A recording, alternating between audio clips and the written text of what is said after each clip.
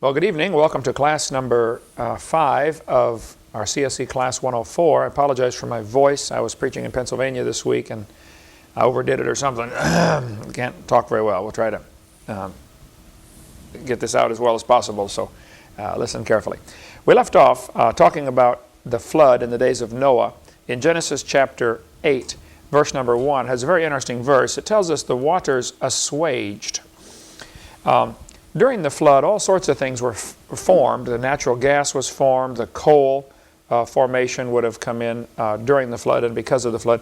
Down near the South Pole, it's interesting. If you read, you look at National Geographic map of the South Pole, it says they found anthracite coal near the South Pole. And leaves and all sorts of things found. Well, there's no plants growing on Antarctica, so how do you get coal at the South Pole? One explanation is the South Pole used to be up near the equator. I think that's a lousy explanation, but that's the one that's in the textbooks. The other explanation is the whole Earth used to have a more tropical paradise. Stuff lived everywhere. And the continents today is a pure coincidence based upon the water level. If you raise or lower the water, everything changes. And what it was like before the flood, there's absolutely no way to tell, as far as I can figure out. Garden of Eden could have been right here in Pensacola, Florida. Right now it might be under 500 feet of mud. Some people have argued, oh, well, the river Euphrates is mentioned in the Bible as being in the Garden of Eden. That's true.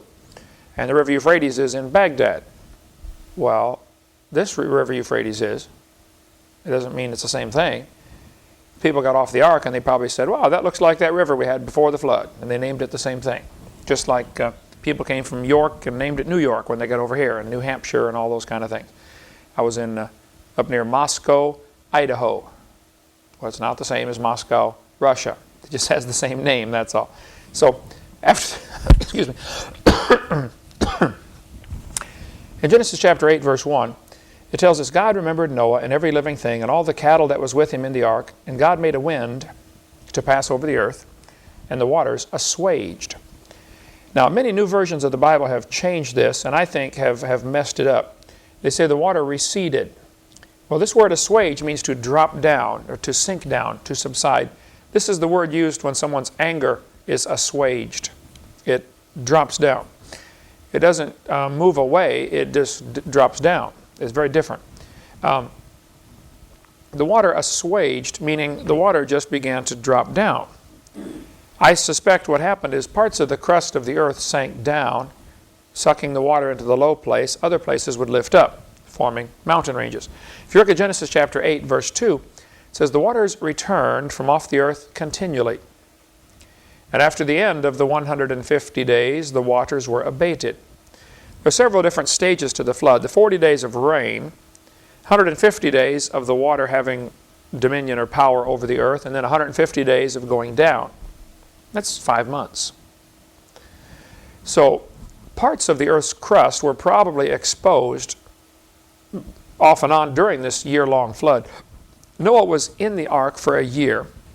The flood didn't necessarily last a year, but Noah stayed in the ark for 1 year. He got in 7 days before it started, and about 13 months total he was actually in the ark.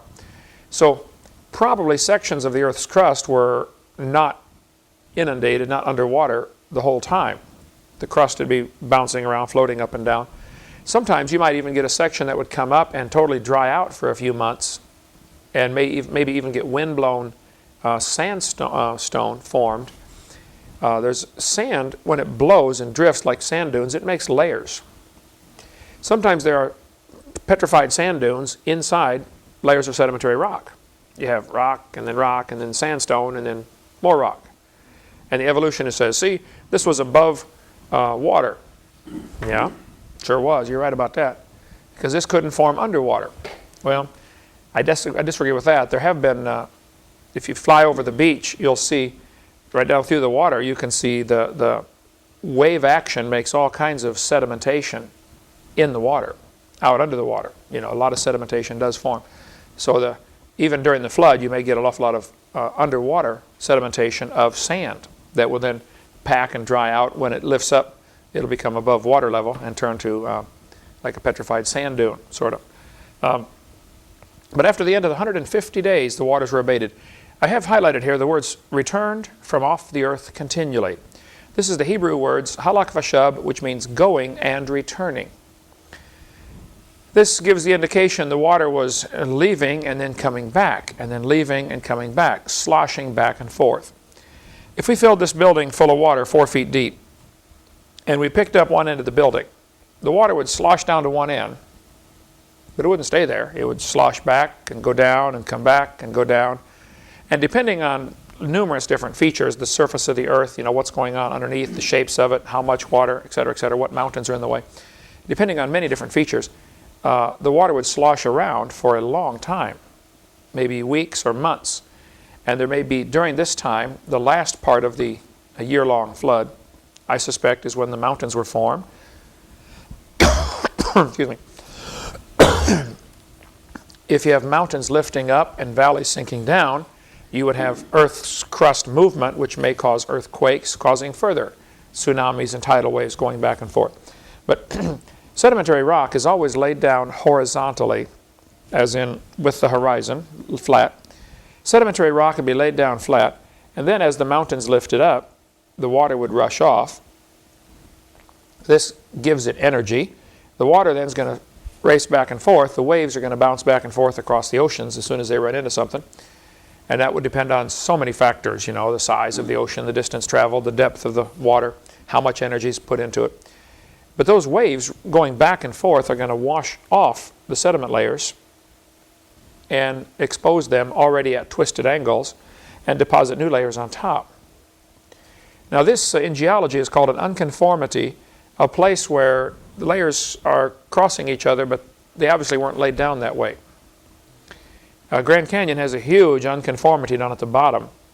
This is a schematic of Grand Canyon calling the angular unconformity, where the layers were washed off and then new layers deposited on top, including lava flows.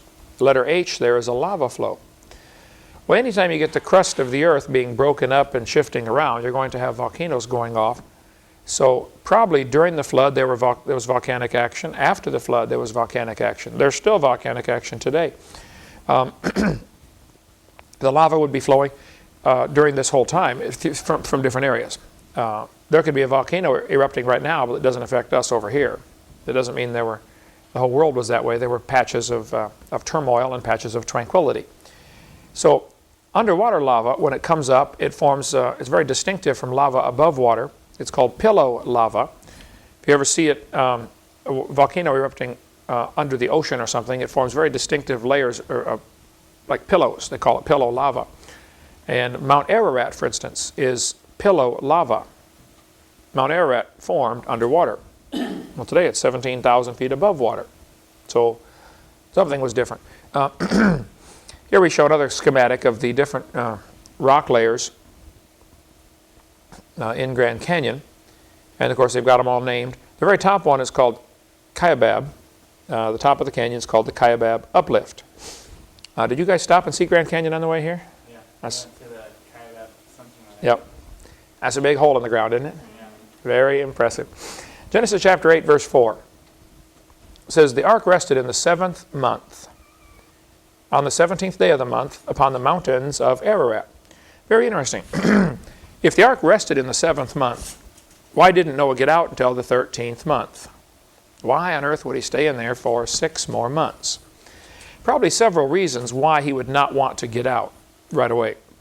If the ark hit bottom in the 7th month, it doesn't mean, the ark's probably stuck and can't move now, but the waves are still going back and forth across the ocean, and it's not safe to get out. There may still be further movement. Ron Wyatt thinks that Noah's ark hit bottom. They cut the anchor stones loose sometime later, a few weeks later, maybe a month later, because this was only the 7th month, and it wasn't until the 13th month that they got out. One of these waves could have lifted the ark up and moved it 10 miles and set it down somewhere else. Some of the anchor stones are found quite a ways away from the ark's location, if that is Noah's ark down in the valley. And again, some other creationist groups get mad at me for even mentioning that there might be another alternative besides the one they're promoting and raising funding for. Genesis chapter 8, verse 5 says, "The waters decreased continually." I think during this time, from the 7th month until the 13th month, when they actually opened the door and got out, during this time, it is best to stay in the ark. The tidal waves outside made it not safe to get out. Secondly, there's nothing to eat out there. Now, during this, after 7 months, many of the seeds that had been floating around would certainly germinate when they landed again. An awful lot of log mats would be floating around, depositing seeds and debris. And see, trees and many plants can grow several different ways. They can grow from seeds, of course. They can grow from cuttings.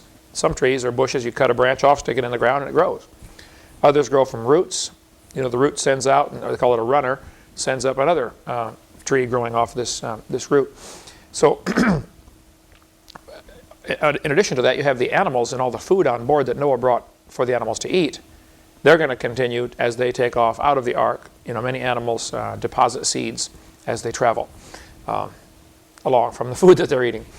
So it just was safe it's better off to stay in the ark for a few more months, let everything get growing. Jan, you do a lot of gardening. You can plant a garden and raise it to eating height. Raise your tomatoes from seed to ready to eat in how long? 2, 3, 4 months? Depends on the conditions. Depends on conditions, but yeah, a couple of months, right? Basically it's ready to eat, right? Corn, plant the corn. Up in Illinois where I'm from, you know, shoulder high by the 4th of July. It really grows, you know. It's different latitudes. You have a longer day up north in the summer, but a shorter season. So they end up getting the same number of hours of sunlight that we do down here, but consequently they have different planting times for the different crops. But still, within a few months, within 5 or 6 months, certainly, there was plenty of food outside that was just growing on its own from this flood. Things left over in the mud that would begin to germinate and grow. So Noah got out. Okay, Hovind theory, point number 7. Over the next few hundred years, the ice caps generally retreated. Don't forget, the ice now is all the way down to Kansas City, Missouri. Today, the ice caps are way up north. Just parts of northern Canada, you know, have these remaining ice caps. So over the next few hundred years, the ice caps generally retreated. The added water from the melting ice formed the continental shelf. As the cold water absorbed carbon dioxide, lifespans shortened in the days of Peleg. Here's a map showing what the Earth would look like if you lowered the water a couple hundred feet. Vietnam is now connected to Australia. Everything's connected. You know, you look at the globe and say, wow, that's a lot of water there. Well, yeah, but some of it's not very deep. Who remembers what the shallow part of the ocean is called? Continental shelf. And you go out to the deep part, which is called the abyss. Then in between the two, it rises up, called the continental rise. So that red line shows where the beach would be if you lowered the water a few hundred feet. All of the area around Indonesia, Java, Borneo, all that area is really very shallow water. Same thing out here, between here and Mexico. You know, the Gulf of Mexico, you could walk to Cuba if you lowered the water a few hundred feet. So as the ice melted back, it's going to raise the water an additional few hundred feet, and the ocean's average 12,000 feet deep. So a few hundred feet out of 12,000 is minimal, a few percentage points. There's a great book that you can get called Noah to Abram, The Turbulent Years. In this book, this Dr. Van Vange deals with what did these people do after the flood. Apparently they right away began building cities. Many of the cities later had to be abandoned as the water came up. Oops, we built too close to the beach. Let's clear out, go build somewhere else. Underwater cities are being found all over the world. It's pretty interesting. Under 150 feet of water. I'll show you some in a minute. But Eric Van Vange in his book here says that probably right after the flood you would have some people who just plain didn't like city life and they would like the adventurous life, so they would be out traveling along the edge of the retreating ice age, ice pack, hunting the animals that are living there. Because as the ice melts back, you got stuff, you know, new food beginning to grow. And some people just prefer the life of a nomad and a hunter. Other people got kicked out of their city, you know, criminals or whatever. People that have the nomadic form of life, that are following animals, for instance, and living off of hunting these animals, like packs of mammoths or whatever as they're traveling along, they don't want to carry a toolbox with them. They want to carry the minimum. So often they would make stone tools on the job site. You killed an animal? Okay, we got to skin them, we got to cut them up, we got to eat them. Make your tools. When you're done, leave them. Move on to the next one. And very frequently, this is what we find with these stone tools found all over the world. It looks like some of them were kind of hastily made. Well, they're only going to use it once, you know. Who cares? Other stone tools show just great craftsmanship where they really took their time to make gorgeous arrowheads and things like that. But these factors would be involved of, are they, you know, chasing a herd of buffalo, following them across the countryside? If so, you're not going to carry your stone tools with you. Stones weigh a lot. This picture shows the underwater land bridge that would be exposed between Russia and Alaska. The water is just not very deep. As the ice melted back, it would leave behind all of the what we call the Ice Age effects. I was in Pennsylvania a couple days ago, preaching in northeast Pennsylvania. The whole area was covered by ice. And it's easy to tell if you know what to look for, because there are rounded mountains called drumlins. See those on there marked drumlins? When the Ice Age, when glaciers move across an area, they'll take a mountain and round it off. And when the ice melts back, it leaves a very distinctive feature called a drumlin. Also, kettle lakes are little depressions in the ground full of water that probably form because of what's called isostatic rebound. As the ice melts back, the pressure, the weight of the ice is gone, and so the ground actually lifts up, trapping water all over the place. Minnesota is loaded with lakes, the land of 10,000 lakes. Most of them are kettle lakes. Most of them not very deep, just trapped. Water has nowhere to go. Doesn't have an outlet. You can see on the picture the terminal moraine on the far right. This would be where the ice bulldozed a pile of rocks up and then left it, retreated back. Along the sides of glaciers, it forms what are called lateral moraines. Lateral meaning along the side. Anyway, the Earth has lots of ice age effects that are easy to tell from those who study this, that there was an ice age. How many have heard of the Matterhorn in Switzerland, the famous mountain? You know, it had a glacier going down both sides of it because it carved part of the mountain away. So it's skinnier at the bottom and then tapers out and then goes back up to the point. It used to be just a big mountain, but parts of the side got eaten away, forming the Matterhorn. It makes a U-shaped valley. It has one on several sides, making it very difficult to climb that mountain. Okay, Genesis 10:25. Interesting verse. It says, "Unto Eber were born two sons. The name of the one was Peleg. For in his days was the earth divided." Well, what happened in the days of Peleg? It says his brother's name was Joktan. Joktan means shorten. Peleg means divided. Very frequently in the Bible, the names have meanings. You know, the person's name indicates something that was happening at that time in history or some significant event. So Peleg means divided. Joktan means shortened. You notice on the chart here, Peleg was born 100 years after the flood. And Peleg only lived to be 239. His daddy lived to be 464. His grandpa lived to be 433. I mean, Peleg died as an old man before his great-great-great-great-grandpa. Noah outlived Peleg. Shem outlived him by a long time. What happened in the days of Peleg? Several different theories of what happened in the days of Peleg. The Bible doesn't tell us. It just simply says, in the days of Peleg, the earth was divided. Apparently, whatever happened in the days of Peleg was genetic because everybody after him inherited it. Whatever it was, they all got it. Because everybody's lifespan dropped off to 200 and 200 and 200 and then down into the 100s. When you get to Abram, he's 175. He's considered a real old man.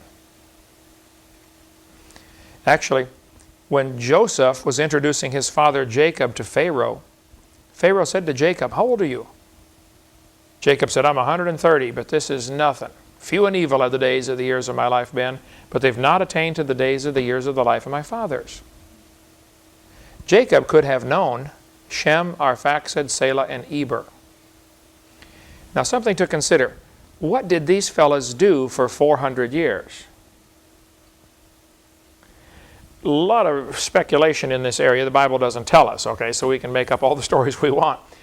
It could be that they were just retaining and spreading this incredible knowledge that had been amassed. How do you know which plants are poisonous? How do you know which herbs to take for different illnesses? Do you realize how much knowledge there is in the world? How many things there are to learn? How do you know how to take which rock contains iron and which one contains copper, and how do you get it out and what do you do with it? And you know, if you think just in the science of metallurgy, you can study for a lifetime and never learn it all. Then you get into woodworking. How many different kinds of wood are there? And what are they good for? You know, cabinet making. There are thousands of areas of life where you can study for a lifetime and never learn it all. So this knowledge would be retained by these guys, and you had a question. Like, you know, I call Bill Sardi when I got a question about health. You know, he's got all this, his brain is full of this, oh yeah, this vitamin does this and this vitamin does that. You know, he knows, okay? Well, some people have that knowledge of mechanics. Hey, my car's doing this, what do I do? Oh, and you learn as you go through life who to talk to with different questions. You know, nobody can know it all. But if you live to be 400, I bet you could learn to know it all. Or certainly a lot of it. Plus Noah, excuse me, Noah lived to be 950.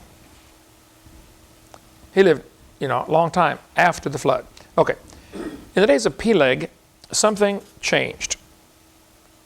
All we have is a few verses in the Bible and a few dates, and we have to guess from there. One theory says the languages were divided. Sometime during the days of Peleg, the languages were divided is one theory. The Bible doesn't tell us. You see, I'll back up and show you the picture again. This genealogy chart is showing us the genealogy of Shem. Well, what happened to Ham and Japheth? The Tower of Babel was built by a guy named Nimrod, who's not in this genealogy. He was in a different family. But if you count how many generations it was from Noah to Nimrod, it would have been roughly the same time as the days of Peleg. Even though the Bible doesn't tell us, because it's not giving us the information for that particular family tree. It's giving us Shem's family tree, which is going to lead to Jesus Christ. But Nimrod would have been about the same time as Peleg. And as they built the Tower of Babel, God divided the languages. So, one theory, and I think it's very reasonable, is that probably all that happened in the days of Peleg was the earth was divided by languages. Some people say, well, why would this shorten their lifespan? Well, if they had civilization going again, everybody's going pretty good, and all of a sudden it crumbles because now you got 70 or 80 different languages, and a lot of this knowledge is going to be lost. The guy that used to fix your car now speaks a different language. And you don't know how to do it. You know, the guy that knew which herbs fixed which illnesses is now in a different country. And you can't talk to him. And it would take quite some time to learn these languages. At the same time, they're still just rebuilding civilization. It's been 200 years after this flood. There's still an awful lot to rebuild. And you're busy just surviving. You know, people on a Gilligan's Island situation don't have a lot of time to sit around and play cards. I mean, there's a lot to do just to survive. The people that moved out west, you know, in the early days, they had to work 18 hours a day just to live, you know. It takes you 3 hours a day just to cook. We're going to have chicken tonight. Well, that means you got to go catch the chicken first. Then you got to clean it, and, you know, it's not just, you know, pop it in the microwave. So that's one theory. The second theory says that continents moved. I don't believe this one, because if you move a continent just a couple inches, it's going to kill everybody. It's going to create tidal waves and earthquakes. It's going to be devastating. It could be that there was some movement to the continents. There's still movement to the continents today.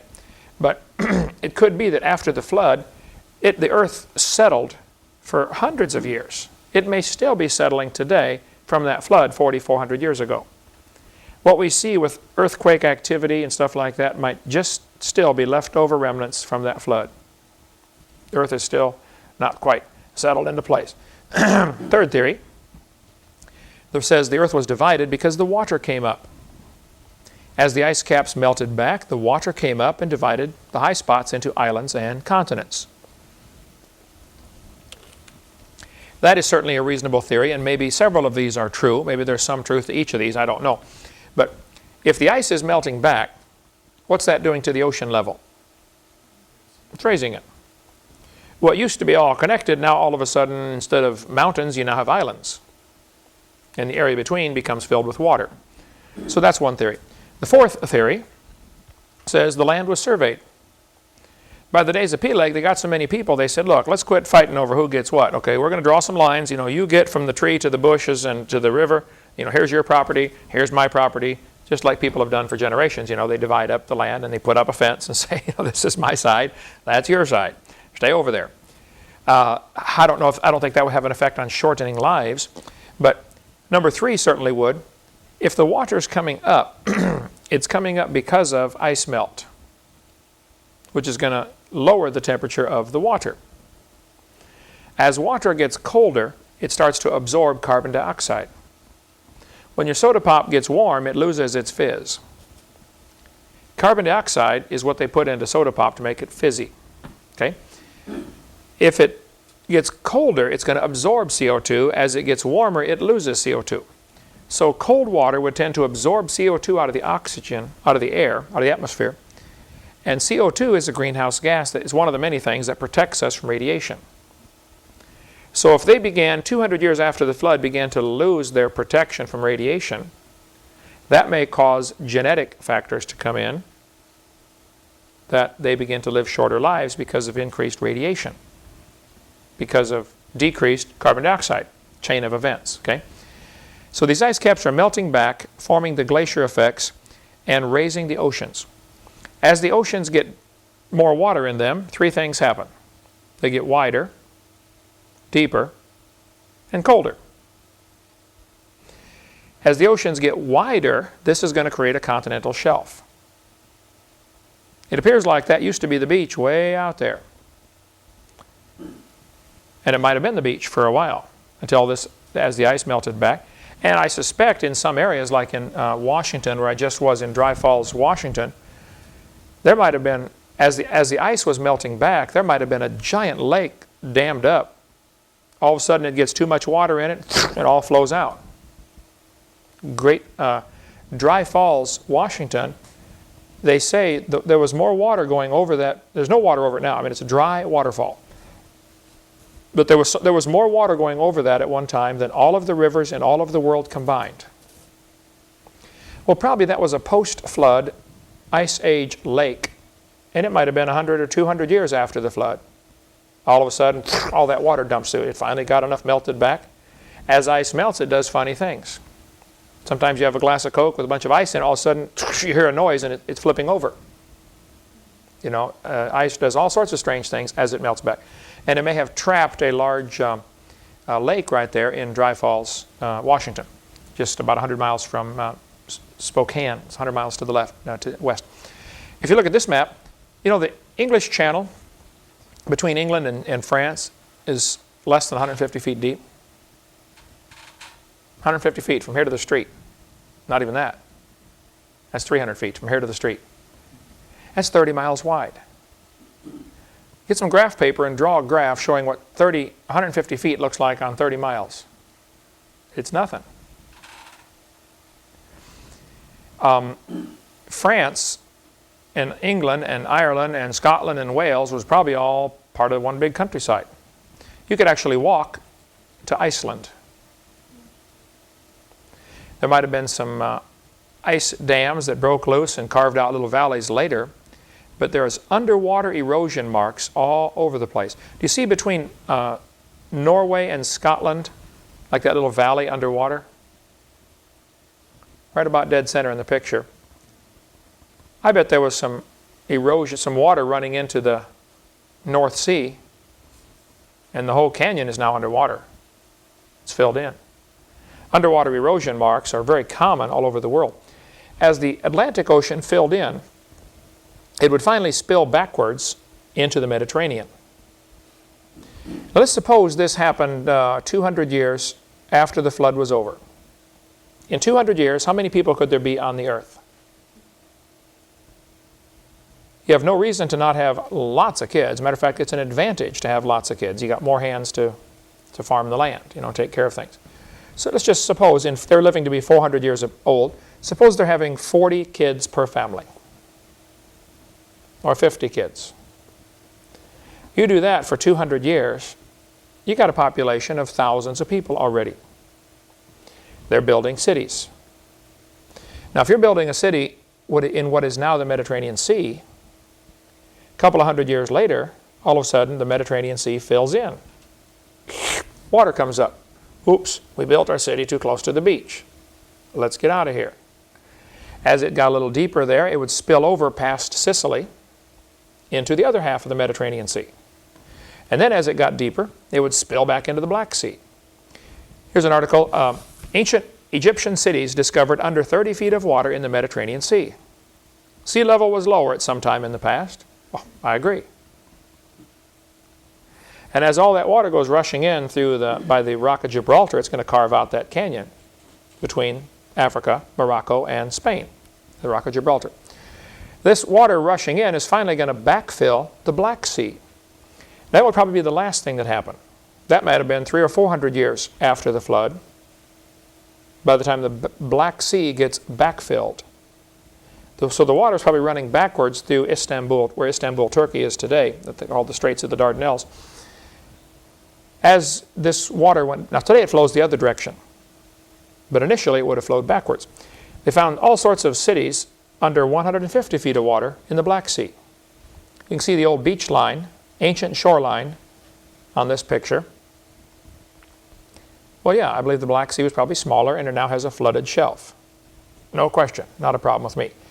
When this was discovered in 2000, the summer of 2000, the scuba divers discovered cities under 150 feet of water. Articles came out all over the paper. They said, oh, we have finally found evidence for Noah's flood. No, this is not evidence for Noah's flood. And they said, see, this city flooded and everybody drowned, and this is probably where the legend came from for Noah and the flood. Because it was a local little flood over there in the Black Sea. No, duh. Noah's flood was a worldwide flood. So I think the continental shelf and all continental slope and all that stuff and continental rise is best explained by the ice caps melting back. Okay, today we still see the Earth showing effects of this devastating flood. Just about everything we see in the world can remind us of this flood. The hills, the valleys, the natural gas, the fossils, the coal, the oil. There are reminders everywhere to remind us of God's judgment. When you find a herd of dinosaur bones, you ought to conclude, you know, there was a disaster. This place was wrecked. But instead, Satan has twisted this where people see Grand Canyon and they think of millions of years instead of seeing Grand Canyon and thinking of flood. Satan has blinded the minds of those. Of course, some of them don't want to believe anyway, so they would welcome any opportunity to doubt God's Word. There's a canyon I saw when I was in Idaho, a little bitty creek flowing at the bottom of this massive canyon that flows right into the Snake River. And you can just see flood written all over this place if you're willing to look for it. This type of topography in this picture from Reader's Digest Atlas of the World shows what is called karst topography, where you have caves up in the upper left-hand corner. The caves, the limestone, erodes pretty quickly. Limestone is very susceptible to acid. If you put muriatic acid, which is hydrochloric acid, which your stomach produces, if you put it on concrete, it'll dissolve it. You can use muriatic acid, which you can buy at a swimming pool supply house for $2 or $3 a gallon. Sprinkle it on concrete, it'll start to eat the concrete away. And you can clean concrete or you can clean ceramic tile with this. Be sure to use a lot of ventilation. You don't want to breathe that stuff. You take a whiff of that, it'll burn your nasal cavities, clear down to your toenails. But somebody's going to write and say, oh, Hovind's stupid. He thinks toenails are connected to the nasal cavities. No, I don't. It's a joke. Okay, lighten up. I taught anatomy. I know they're not connected. But people ridicule me over the silliest thing. Anyway, the coal is often found in layers.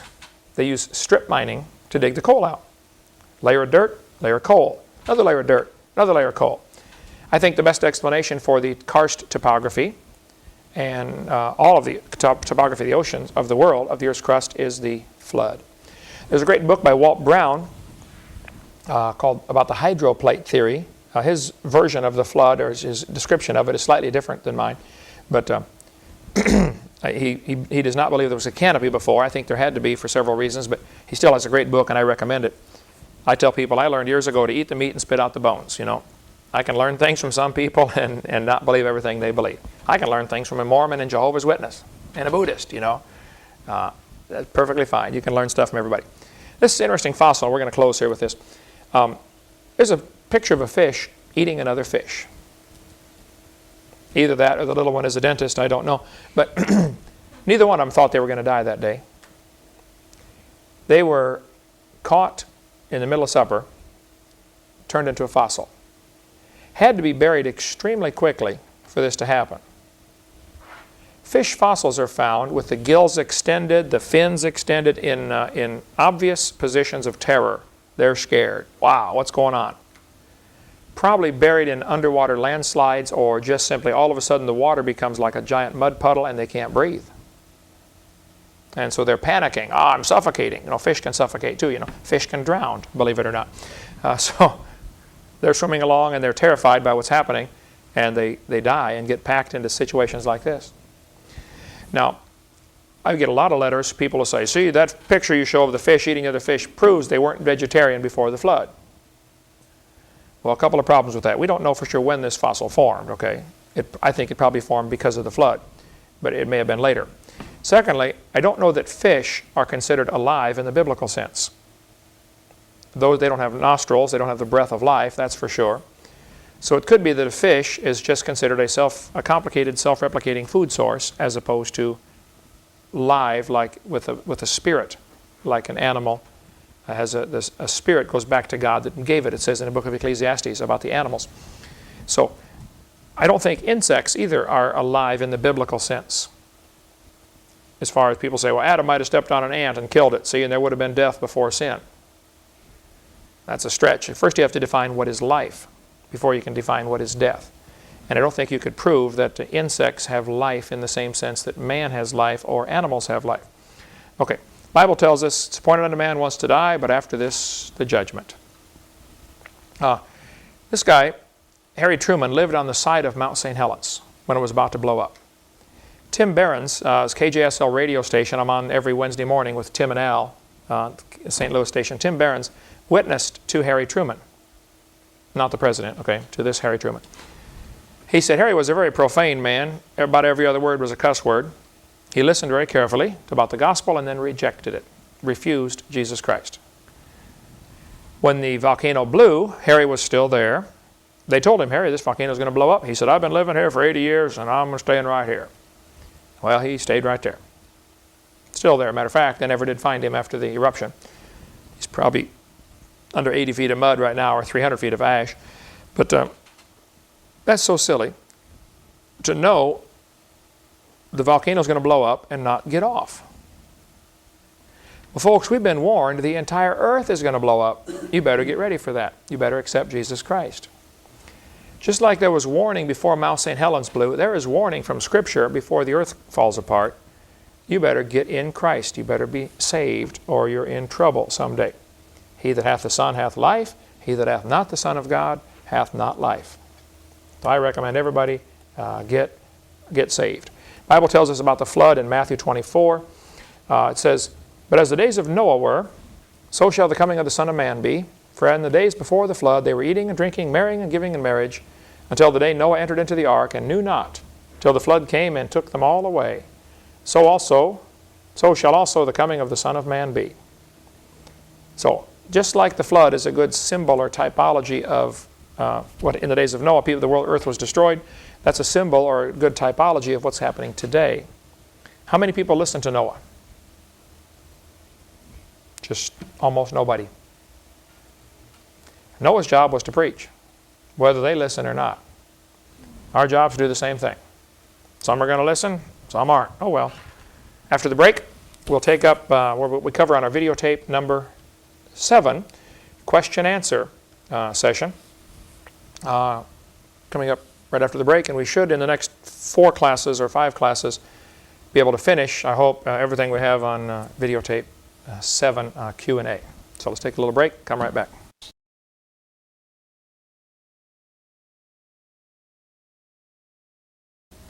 All right, welcome back. Now we're going to start into what is on our seminar part 7, question-answer session. This is where we throw everything else we don't have time to cover in our seminar. The pot pie, the leftovers, all goes into this, things I didn't have time or didn't have interest in covering in the seminar. So we're going to cover a wide variety of topics in no particular order. If you're trying to put order to this, good luck. If you do get a good order to it and can write an outline, send it to me, I'll use it, okay? Because we don't have one for part 7. Ecclesiastes chapter 7, Solomon said, I applied my heart to know and to search and to seek out wisdom and the reason of things. I think it's interesting that God made the brain so that it can store information, and also He gave us a curiosity to want to know things. There's just a lot of things to learn in this world, and it's exciting to learn. Okay, 1 Peter chapter 3 says, be ready always to give an answer. One of our jobs as Christians, as children of God, is to be able to give an answer to those who would like to know. We need to study, according to 2 Timothy 2:15. Study to show ourselves approved unto God, a workman that needeth not to be ashamed, rightly dividing the word of truth. Okay, first question we're going to cover, because I get this all the time in my debates and stuff. The skeptics will say, well, don't all scientists believe in evolution? What they're trying to imply by that is, since you don't believe in evolution, you can't be a scientist. If your definition says, in order to be a scientist, you have to believe in evolution, then, if that's the way you're going to define it, then of course all scientists believe in evolution, by your definition. But who decides who's a scientist anyway? I mean, who's making this call? Is there a committee someplace that's voting on this? Who makes the decision? Of course, according to the Mormons, you can't be godly unless you're a Mormon. And according to the Jehovah's Witnesses, you can't be godly unless you're one of them. I mean, every group does this. And the scientists often are no different. They think, well, you can't be a scientist unless you believe in evolution. So therefore, if you don't believe in evolution, you are not a scientist. In John chapter 7, in verse number 40, very interesting passage here, and I'll watch this carefully. Many of the people, therefore, when they heard this saying, said, of a truth, this is the prophet. Others said, this is the Christ. But some said, shall Christ come out of Galilee? Hath not the Scriptures said that Christ cometh of the seed of David and out of the town of Bethlehem where David was? So there was a division among them, among the people because of him. And some of them would have taken him, but no man laid hands on him. Then came the officers to the chief priests and Pharisees, and they said unto them, why have ye not brought him? And the officers said, never man spake like this man. Then answered them the Pharisees, are ye also deceived? Have any of the rulers or of the Pharisees believed on him? This people who knoweth not the law are cursed. Okay, let's stop right here and look at some of the logic here. The people divided over a question. I thought the Bible says Christ comes out of Bethlehem and this guy comes out of Galilee. Right away, they're arguing about the wrong subject, aren't they? They didn't have all the knowledge they needed to make this argument. Jesus did come from Bethlehem, didn't he? He's born in Bethlehem. He grew up in Galilee. So when the Scripture said he comes out of Bethlehem, it's exactly correct. So here they are arguing about the wrong subject, vehemently, divided over this, okay? Then the chief priests sent the officers to get him. Why didn't they go? I see this all the time in debates, or in seminars. There'll be a group of students that'll come from some university, and they come with a list of questions to ask me, to trick me. I say, where did you get those questions? Well, from my professor. Why didn't he come? He sends the students. I answer all their questions. They leave confused. They go back to their professor, and then he makes fun of them for being so stupid that they couldn't trick me. Watch what happened here. The guys came back, and the Pharisees said, why didn't you take him? And they said, nobody ever spoke like this guy. Then their logic, watch the logic here. It's exactly what happens today on the creation evolution topic. No different. They said, are ye also deceived? Have any of the rulers or of the Pharisees believed on him? What are they trying to imply by that? Since none of us guys who know the Bible believe in him, therefore he can't be right. This is what some of the scientists will say. Well, how many scientists believe in creation? Same kind of thing, okay? Since no scientists believe in creation, therefore it must not be true. Well, first place, A lot of scientists believe in creation, okay? And secondly, I'd like to find out who's deciding who's the scientist. So they started with a false assumption that Jesus was from Galilee. And since the Pharisees had not believed on him, they used that as proof that he was not right. Same thing today. The scientists will say, well, because most scientists believe in evolution, therefore evolution must be true. We'll talk about flawed logic from the start. Okay? No, all scientists don't believe in evolution, for one thing. And even if they did, that still would mean nothing in an argument. They'll say, has he published in major science journals? Well, suppose in order to publish a paper in a science journal, you have to publish something that doesn't go against the evolution theory. If your article smacks of creationism, it'll be rejected. Same thing happened in the Soviet Union 15 years ago. Suppose you got up in front of your class of kids in the Soviet Union and said, boys and girls, I don't believe in communism. Doesn't work. Capitalism is a much better system. What would happen? You wouldn't be teaching tomorrow, would you? You'd be lucky to be alive tomorrow, right? So then the teachers get up in front of their students and say, all the teachers believe in communism. Therefore, it must be right. No, therefore, it must be ruthless. Right? And if they say, all scientists believe in evolution, well, it's not true, but even if it was true, that still wouldn't prove it's right. That might just prove it's ruthless. In other words, if you don't believe in it, you'll get fired. And I'll show you some examples where they did get fired here in a second. The majority followed Aaron into rebellion in Exodus chapter 32. The majority voted not to go into the promised land. Remember that? 10-2. The majority was wrong, all right? The majority followed false gods many times throughout the Old Testament. They were wrong. The majority of religious leaders hated Jesus. They were wrong. The majority of the Roman Empire hated Christians. Majority opinion means nothing in an argument. And many thousands of scientists with degrees from major universities do believe in creation. But you don't have to have a degree from a university to be a scientist. Many people down through history didn't even finish high school and became great inventors and great scientists, you know. They just had a desire to learn, a desire to use what they had learned to improve things or invent new things. The guy who has the patent on the MRI machine is a creationist. Robert Gentry, who lost his job at Oak Ridge Laboratories in Knoxville, Tennessee, because they found out he was a creationist. He wrote the book that we sell called Creation's Tiny Mystery about the radiopolonium halos. He was one of the world's experts on granite, because he was assigned the task of deciding where do we put radioactive waste. After a nuclear power plant gets done, you got this barrel of radioactive material. What do you do with it? You don't want it in your backyard, that's for sure. So they dig deep holes and they bury it in granite. Well, as they were taking samples of granite from all over the world, Robert Gentry's looking at these things under the microscope, and he finds out they have little rings in them, circles, called radiopolonium halos. And we'll get into that later, how it absolutely proves the earth was created cold, like the Bible says, and the earth is not billions of years old. And so his articles are being published in all the major magazines all over the world, Science Magazine, Nature Magazine. Everybody publishes this amazing stuff by Robert Gentry about this new find of radiopolonium halos. Until somebody figured out, this proves the Big Bang Theory is not true. Well, they shut him off like a spigot, man. He couldn't get anything published anywhere because it didn't go along with the evolution theory. So he lost his job and grant money. Roger DeHart was told he could not inform students of errors in the textbooks by passing out articles from current science journals. All he did in his science class, he never talked about creation.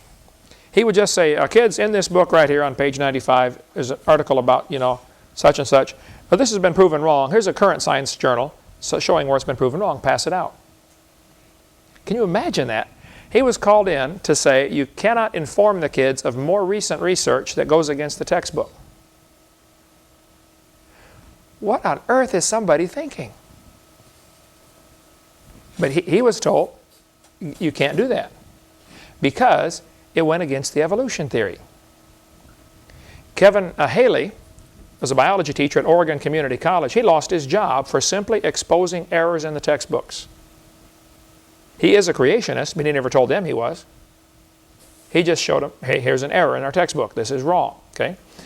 At Baylor University in Waco, Texas, William Dembski, in April of 2000, was fired because he advocated intelligent design instead of evolution. He just said, you know, things we study are so complex, they must have been designed. Oh, that's all it takes. He's out of there. Baylor, Southern Baptist School, you know, fired.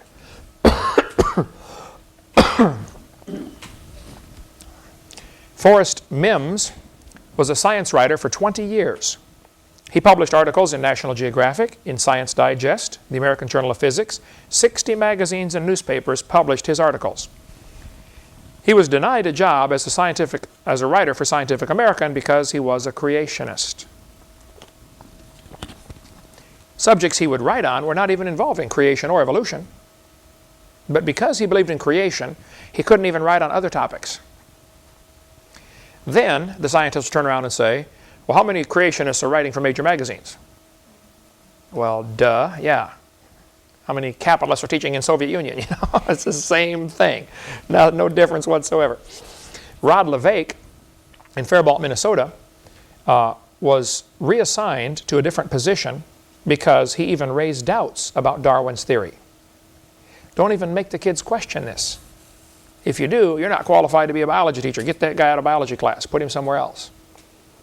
The guy that wrote the book that we carry, Pandas and People, oh, excuse me. One of the authors of that book was a major biology teacher for years at Sanford or one of the San Francisco colleges. When he got saved, he used to write textbooks about evolution.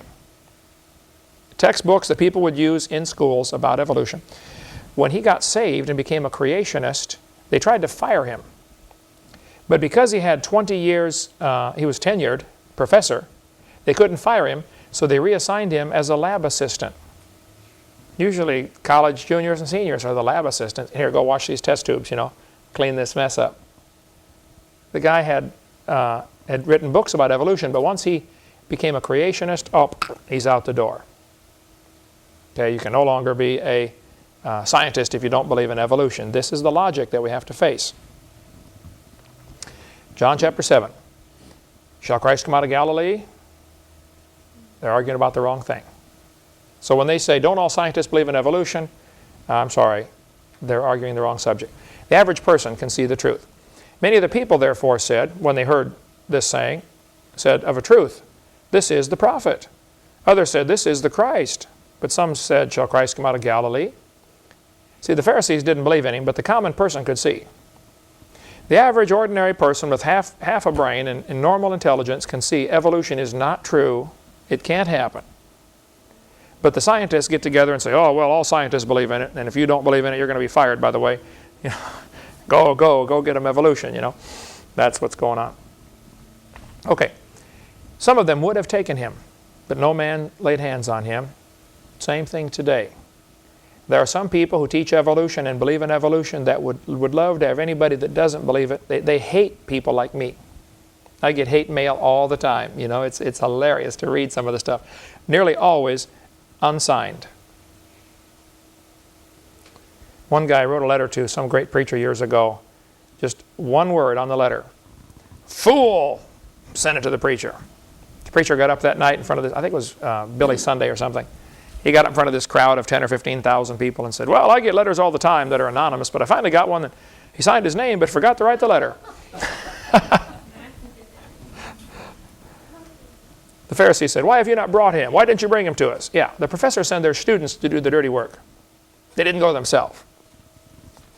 And scientists today and evolutionists today will try to use the law to silence creationists. They'll try to pass a law or try to twist a law to say you can't talk about creation in schools. Rather than just deal with the subject, if evolution is so true, prove it to us and we'll shut up. Just prove it. Show us the evidence. Are you also deceived? Translated means, are you stupid? Have any of the rulers or the Pharisees believed on him? In other words, hey, all scientists believe it, therefore it must be true. John 7:49 says, but this people who knoweth not the law are cursed. What are they trying to imply by that? You're stupid, we're smart. Can you read that into that pretty easily?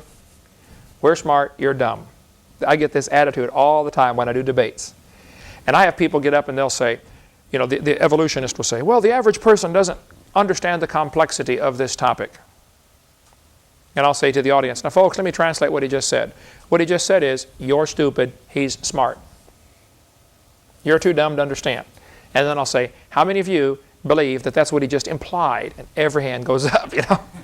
Of course that's what he implied. You know, I'm smart, you're too dumb to understand, you know, the complexity of evolution. Basically, if you disagree with me, you must be dumb. That's what they're trying to not say. Nicodemus saith unto them, he that came to Jesus by night, being one of them, doth our law judge any man before it hear him, and knoweth not what he doeth, and knoweth what he doeth? They answered and said unto him, art thou also of Galilee? Search and look, for out of Galilee ariseth no prophet. Again, arguing about the wrong subject. But even some of the non-believers had sense enough to listen to reason, like Nicodemus, and think about the other side. Go home and think about it. If you're a scientist and you believe in evolution, that's certainly your privilege. You have the right to do that. But at least think about what the other people are saying. Think about the creationist view. Don't just discount it. There is probably more peer pressure in the scientific community than there is in the average 5th grade class. You know, 5th graders, they got to wear the right clothes because of their friends, you know, or 7th graders, you know. They're scared of peer pressure. What are my friends going to think? Scientists are much worse at that. There's peer pressure in the scientific community. We need somebody with some backbone to say, I don't care what anybody says, you know. I'm doing what's right. Here's a list of some of the major scientists of the past who were creationists. Nearly every branch of science in the world was started by somebody who believed in creation. Francis Bacon invented our scientific method. He was a creationist. Johann Kepler, the great astronomer, was a creationist. I won't read them all to you, but there are thousands and thousands of people who are creationists. Cotton Mather, the physician, was a creationist. John Woodward, paleontology. Now people began to use the research of these guys and twist it into evolution. And some of these guys were old earth compromisers. They believed there was a creator, but thought maybe the earth was millions of years old. Especially those in the early 1800s, when it really became a lot of peer pressure to teach the earth was old and try to fit it into the Bible with the gap theory and the day-age theory. That started way before Darwin, early 1800s. Carolus Linnaeus, who invented our classification system that we still use today, you know, kingdom, phylum, class, order, family, genus, species. He was a creationist. All through history, you can see these people were creationists. John Dalton, George Cuvier, he was a compromiser, but many of these folks, they believed, look, there had to be a creator. And they started whole branches of science that are still in existence today. A lot of geologists were creationists. Samuel Morse invented the telegraph and the Morse code invented the Morse code anyway. Charles Babbage, operations research, computer science, wouldn't have computers if it weren't for the research of guys like this that were creationists. Louis Agassiz did a lot of study on glaciers, was a creationist. Today, Stephen Gould, the Marxist communist professor at Harvard University, works in the Agassiz Museum, named after a creationist.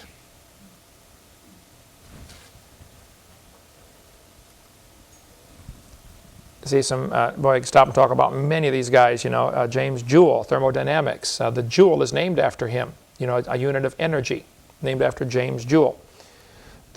Louis Pasteur, pasteurized milk. Any milk carton, I'll remind you of creation. If you see pasteurized down there, from Louis Pasteur's name. James Clerk Maxwell, electrodynamics, statistical thermodynamics. All through history, these folks were creationists. I'll just page down real slowly and let you look at some of the names. Andros Fleming. Wilder Smith had 3 doctoral degrees in sciences, was a creation science pioneer, and spoke prolifically on creation. Just died here recently. So many people today are scientists and are creationists. Many people are actually afraid to let people know they're creationists for fear they'll lose their job.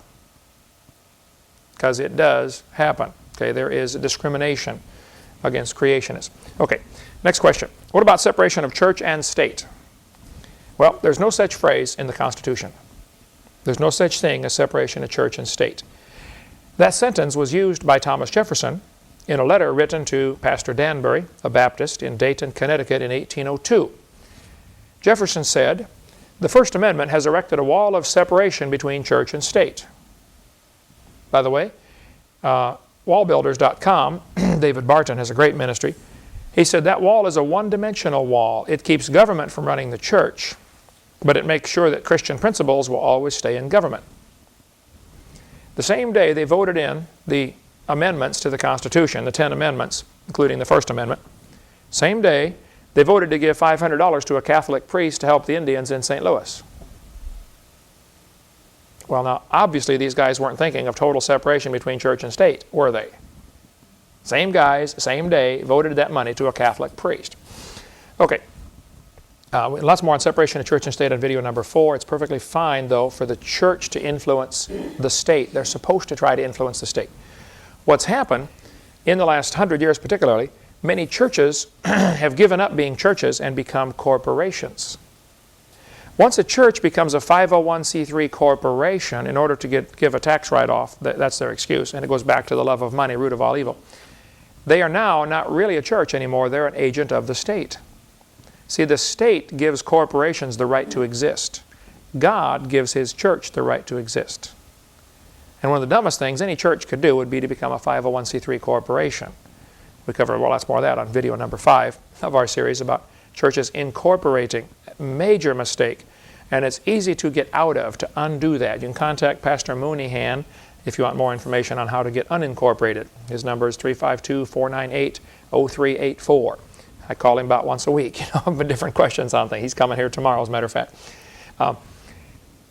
Okay, next week we'll take up more questions and answers from our frequently asked question section, what's on our videotape number 7, and try to finish in the next 4 or 5 weeks, whatever we've got left in this class, and get everything done on our Q&A. Thanks for joining us. See you next week.